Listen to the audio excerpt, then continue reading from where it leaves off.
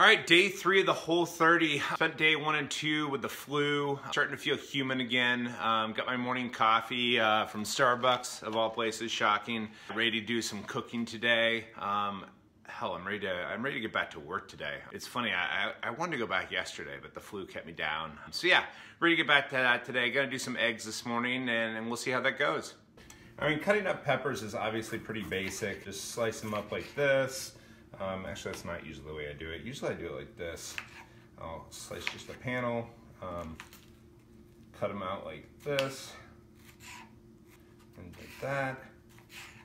And yeah, pretty easy to bag up and save for later. And I love these Brathan sausages that you find at Whole Foods. I don't think I've seen them anywhere else, but definitely, and I'm not sure if they're a Whole Foods brand or not, but very much enjoy them. The spicy cilantro chicken sausage, excellent. There's a plain one that's good as well. I like the spice for sure. And there's I'd say a handful of other ones that don't contain any sugar and that work perfectly on Whole30. From here, just slice them 4 ways into small pieces, and again, throw them in the bag. They get going for today and have food for the rest of the week. I try to spend, one of my mornings a week getting everything ready for the week. And then, yeah, just throw it in the freezer and you're good to go. All right, as far as the oil goes, we usually use the Primal Kitchen avocado oil. You don't need a ton. Throw in my my sausage as well, and in a few minutes we'll have a delightful meal. Can't forget your kosher salt. Gotta have a little bit of salt in there. I like to use balsamic from a place in St. Paul, Minnesota. It's called the Golden Fig. Cool little store, lots of spices and things. This one is the vanilla balsamic. I kind of like the basil one a little more, but this one works well for the meal as well. I mix them up really quick. Try not to lose anything, obviously. Another minute or two, we'll have a great meal for the morning. So just take that pan, put it in your favorite bowl, and you're ready to eat breakfast. So a lot of times I love to add some hot sauce to my eggs, some salsa. Right now we have non-compliant salsa in there that needs to get thrown out, or I need the kids to eat it quickly. And I'm not seeing any hot sauce in there. So today we'll just eat the eggs plain. Nothing wrong with that. There's some good spice in the sausage, and I'm sure they'll taste wonderful. That's breakfast. All right, they turned out great. They could still use some salsa, I'm not gonna lie. I'm definitely gonna pick some up tonight. Usually go to Whole Foods, Trader Joe's. Either of those are definitely great places to find Whole30 items. And we get some stuff at Target, but doesn't have quite the selection that I would like. All right, so I'm likely to say this quite a few times in this vlog, but the whole idea of Whole30 doesn't have to be difficult. And by saying that, I mean, every lunch doesn't have to be complicated. I mean, obviously you see these cool things on Instagram and they look amazing. And if you think every meal on Whole30 is gonna look that good, I think you have a lot of free time. So for me, I should say my wife and I, it's a lot about, meal prep and getting things ready for the week and planning ahead. I mean, if you can make that thing look, that meal look good for a photo, great. But a lot of times it's just, looking in the old fridge here and saying, what do we have? And there are a lot of non-compliant things in here. But as I look in here, I see a nice soup. I see, I think, a chicken dish. And for me, I think Kristen said eat the chicken. So I'm gonna go ahead and eat the chicken. While we're waiting for the lunch to heat up, I want to touch on something I just said, and that was in your fridge.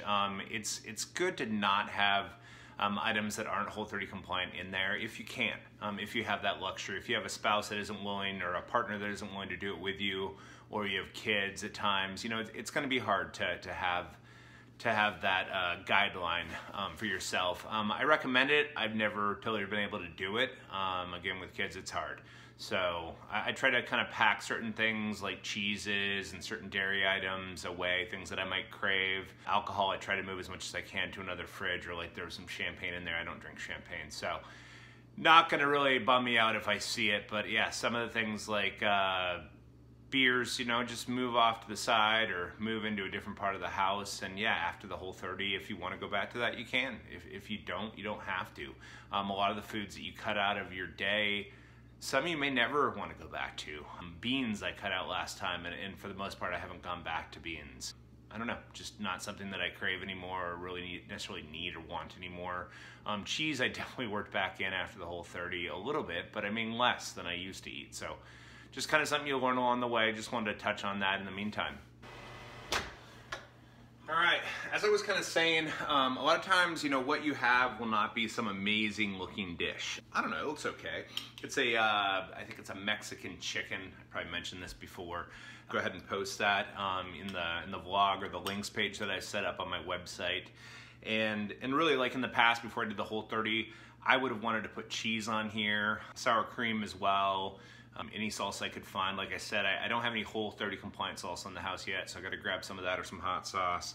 The cheese I'll definitely miss, probably for the next few days, but sour cream not really. Last year when we did the Whole30 for the fourth time, third or fourth time, I stopped really using sour cream again. And again, later in this journey, you learn about, you know, reintroduction, how to reintroduce foods into your diet. I definitely don't recommend day 31 being a bacon cheeseburger. Just not a good idea, and you kind of miss the point of the Whole30. And then on top of that, I really found Melissa Hartwig talks about food freedom forever, and for the most part, I did a great job with that last year. I'd like to do an even better job this year, so that's kind of what I'm striving for. Those are just some thoughts I have.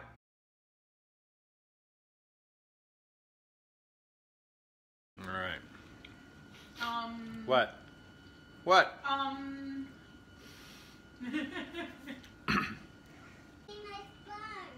One of the hardest things about the Whole30 is for sure making kids lunches, because kids like peanut butter and kids like sponges, right, Clara? Is that what you're saying? Give it to me. What are you doing?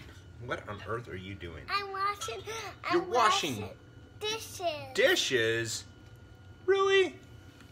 All right, I appreciate that. We've got cheese and pretzels and yogurt and dairy and all kinds of good things that I can't eat anymore, or at least I can't eat for 30 days. And I'm okay with that, but making lunches is a struggle. It's a struggle for me. When I make that peanut butter and jelly sandwich, I want to lick the knife. You know, I want to do those things, and you can't on Whole30, so that is a struggle. So tonight instead, I'll be having some carrots and Primal Kitchen avocado oils, especially the Chipotle Lime Mayo. All right, lunches are made. Time to go ahead and get those in the fridge, and maybe have one last small little snack and then go to bed at a reasonable time. The one thing that I noticed, especially, well, I'm not good about going to bed at a reasonable time, but with Whole30, the earlier I go to bed, the less I eat. Does that sound bad? Day 3 of the vlog. Day 3 of doing Whole30, and so far I was doing pretty well. You know, I wasn't having any big cravings, and I should have known why, because yes, I had the flu, so obviously I wasn't even hungry. Can I get you what? Can I have some food? In a minute, sure. Yeah, absolutely. You want to wash some more dishes?